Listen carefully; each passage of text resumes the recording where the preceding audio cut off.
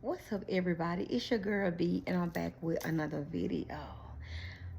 So, I feel so good with getting back behind the camera because it has been a while. And I really just wanted to do a video just to talk about everything that's been going on, my goals for 2025, as well as life. Because why life have been life in like 2025, the calendar year 2025 came in on some hot shit. Came in on a Cancer full moon. And if you know, you know. But if you don't know, just a little background. Cancers are ruled by the moon. Cancers are known to be the emotional zodiac sign. I am a Cancer. And am I emotional? Absolutely. I can go from one emotion to the next emotion. That can be sad, happy, anger, psychotic, whatever. But 2025 calendar year came in as came in on a Cancer full moon. The moon energy, full moon energy, really calls us to go within, to rebirth, rebrand, and really just think about our lives in totality.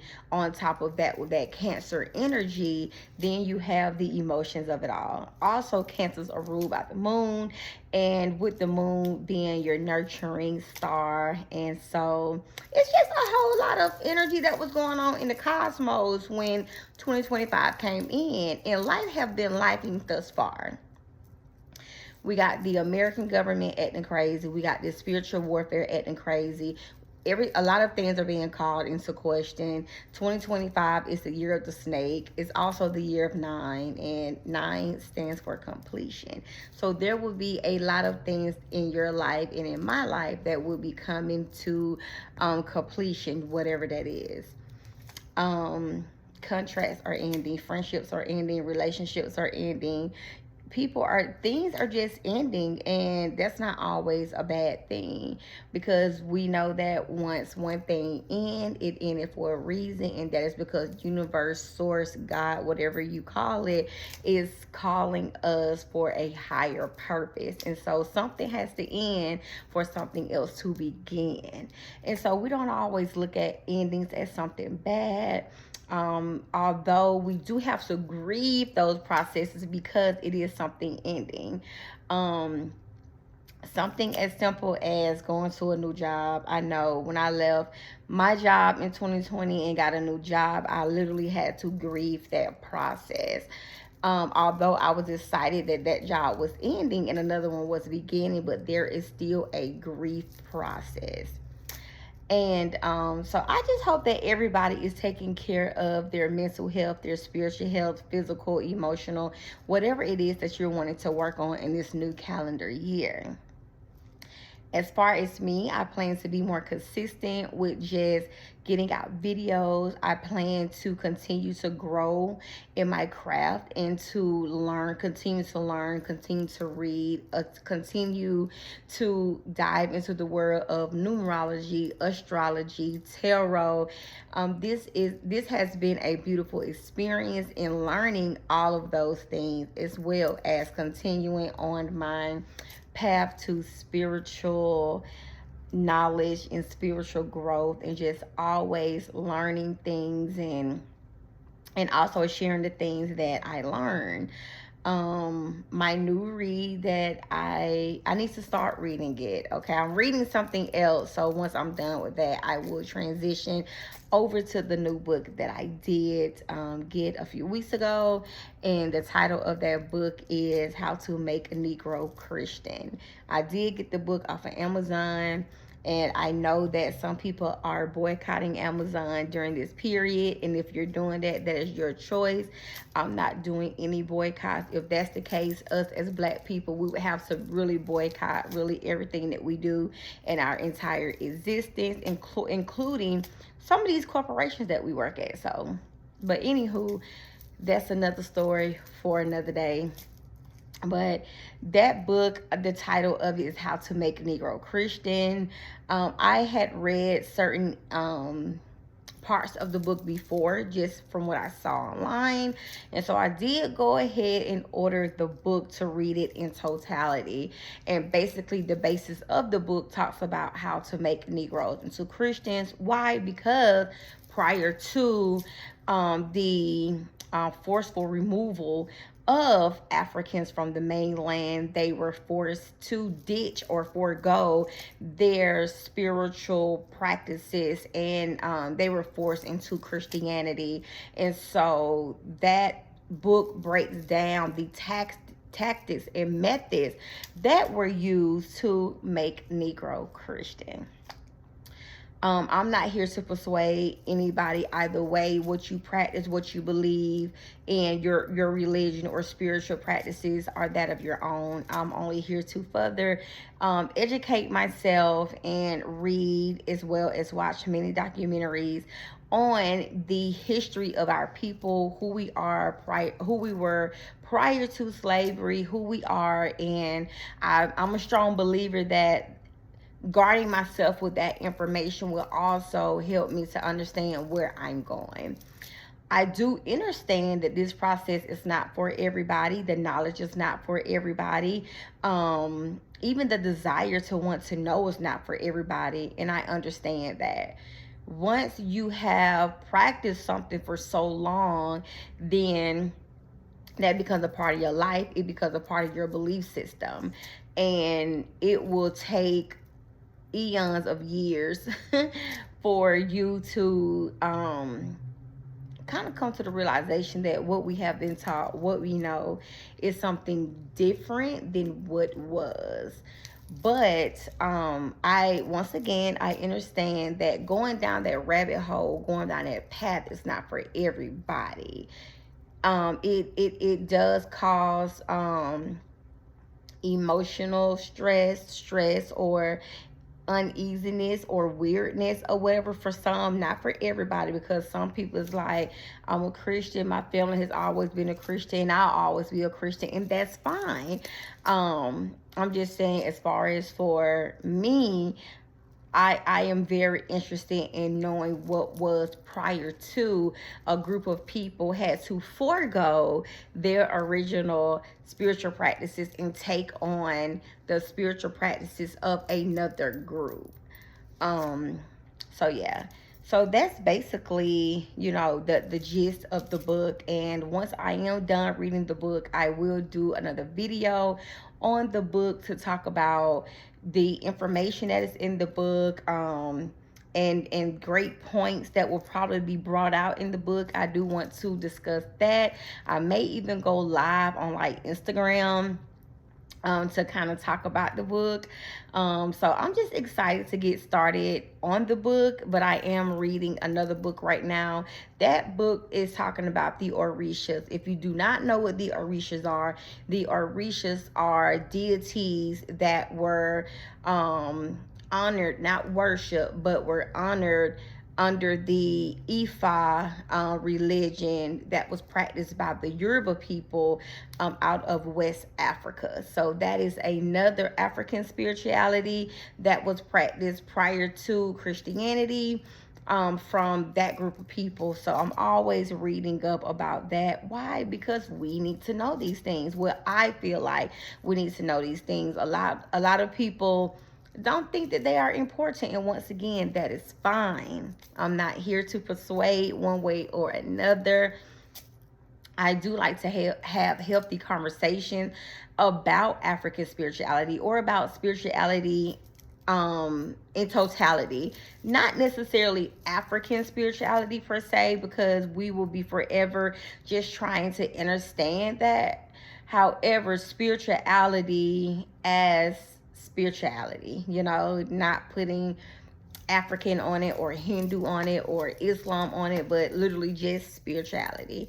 So I'm always reading books and going down rabbit holes about that, and I plan to share more of the things that I learned and the knowledge. Why? Because knowledge is power. And I know that it's so cliche, because we have heard that all through school, like knowledge is power, but it really is. Because I'm a firm believer, if you don't know where you came from, then you really can't understand who you are and also where you're going. History repeats itself. History holds power, especially to us, the people that look like me, African Americans, or even the African diaspora. Like, it's just so much that happened to our ancestors, that happened to our people, and we do not know enough about what that looked like for them. And I know a lot of people like to say, oh, my ancestors don't play about me, but you don't even know about your ancestors. You don't even, feed your ancestors. You don't venerate your ancestors. There's millions of ways you can venerate your ancestors.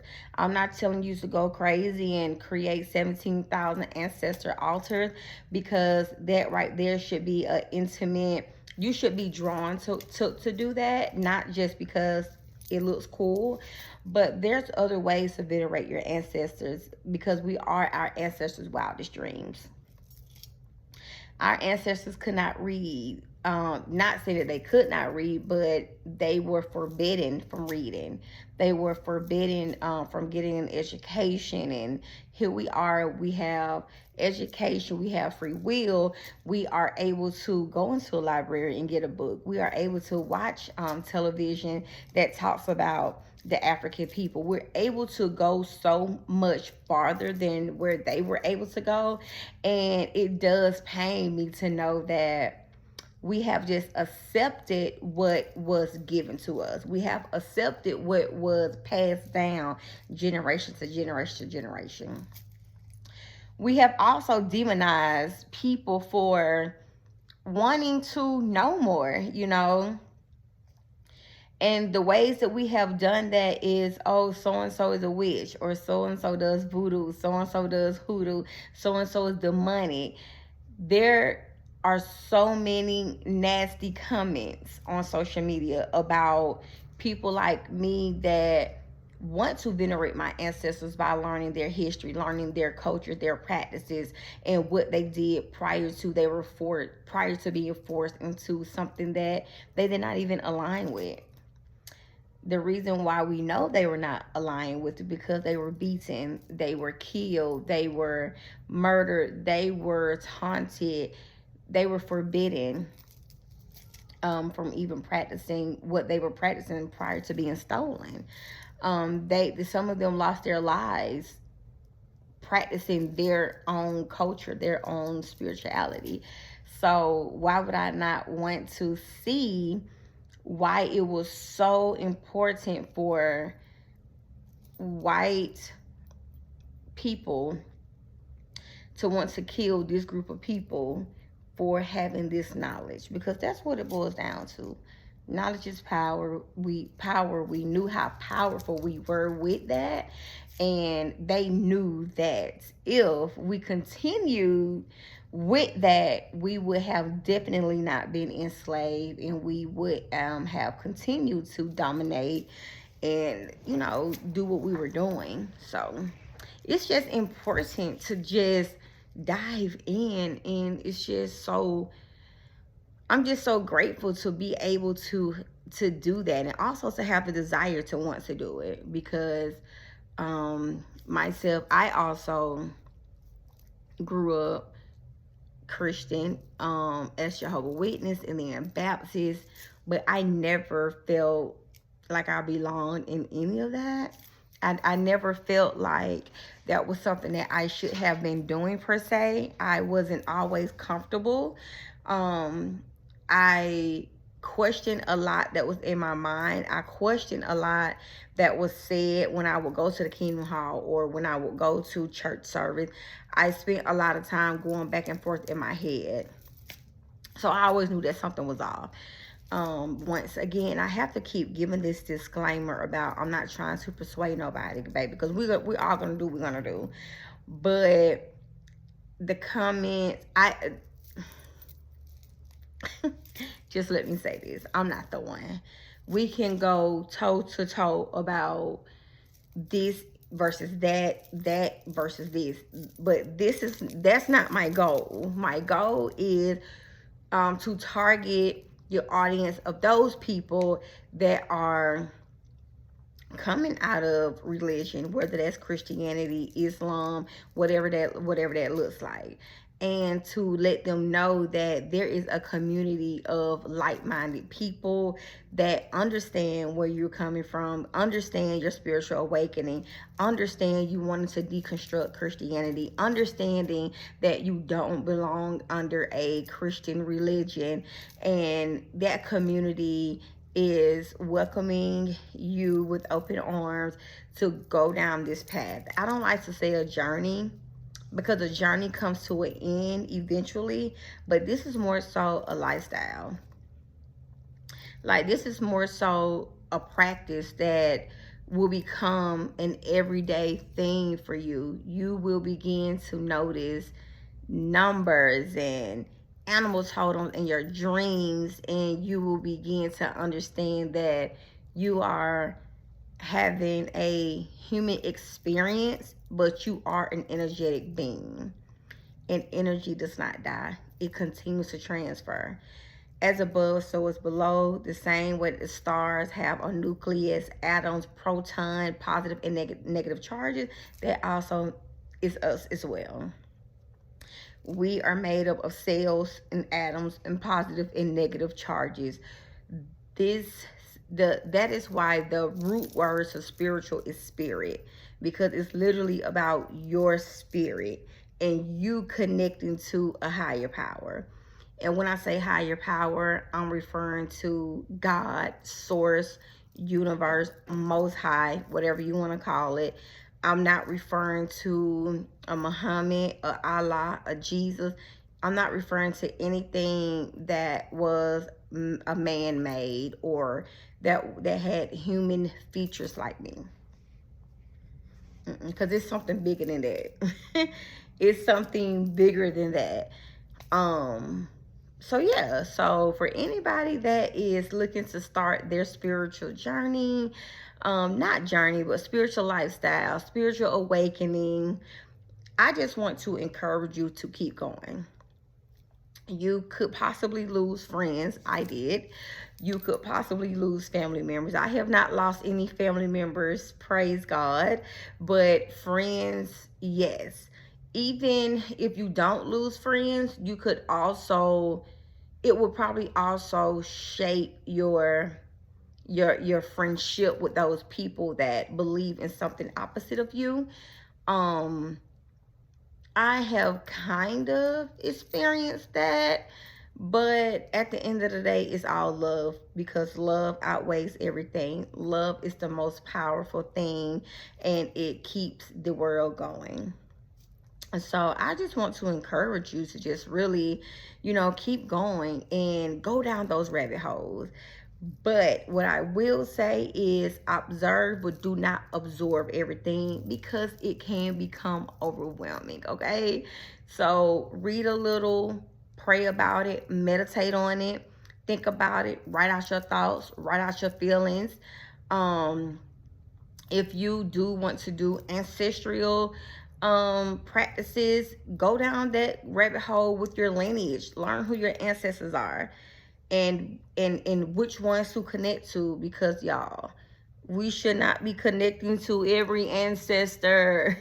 You have to know the ancestor that is okay. You have to give permission. You have to pray and ask if it is okay. Why? Because the transition to another realm, you have to respect that. They're no longer in the physical in this realm. And so you have to respect their next assignment, whatever that assignment looks like. And so you have to ask. Once permission is given, and how you will know is through dreams, through your heart, through your feelings, even the relationship. So if you have a parent and y'all were like this, of course, that's going to be your easier ancestor to venerate. If you have a grandparent or a great-grandparent and you guys had a wonderful relationship, and if they did not play about you in the physical, then you know they're not playing about you in the spiritual realm, in the ancestral realm, okay? So those are going to be your ancestors that you are going to want to kind of venerate first. And I say that because before you can go on to other beings, you first have to start with your own lineage, with your own bloodline, for the people that are responsible for you. And don't let nobody tell you that your ancestors are demonic or spirits, or, I mean, not spirits, but demonic spirits or wandering spirits or whatever it is that these people be saying. Because we have some ancestors that we know did not play about us over here, and so they really coming harder on the ancestral realm, okay? And they're not demonic, okay? But it's a lot of ways that you can start, you know, your spiritual awakening. Let me say awakening, not journey, but awakening. So some people start with gemstones, some people start with simple meditation, and this is your spiritual awakening. So listen to your spirit. What does your spirit say you should be doing? What is your spirit calling you to do? If your spirit is calling you to start with some gemstones, start with gemstones. If your spirit is calling you to venerate your ancestors, do that. Well, that's going to be step one anyway. Well, step one, after you have in your heart of hearts what it is that you should be doing. Dreams, pay attention. Just pay attention to everything that is dealing with your spirit. And once you do start to educate yourself and go down those rabbit holes, do not absorb and take on everything. You will be overwhelmed. You will be confused. It is a lot of information on Beyonce's internet. But you do not want to take on everything. You have to understand that not everything applies, okay? And that's going to come over time, because when I got started, I was just Abraham Hicks this and Louise Hay and meditation, gemstones, this. Also like just all over the place. But just take your time, take everything in, ask God to lead you, ask God to direct you.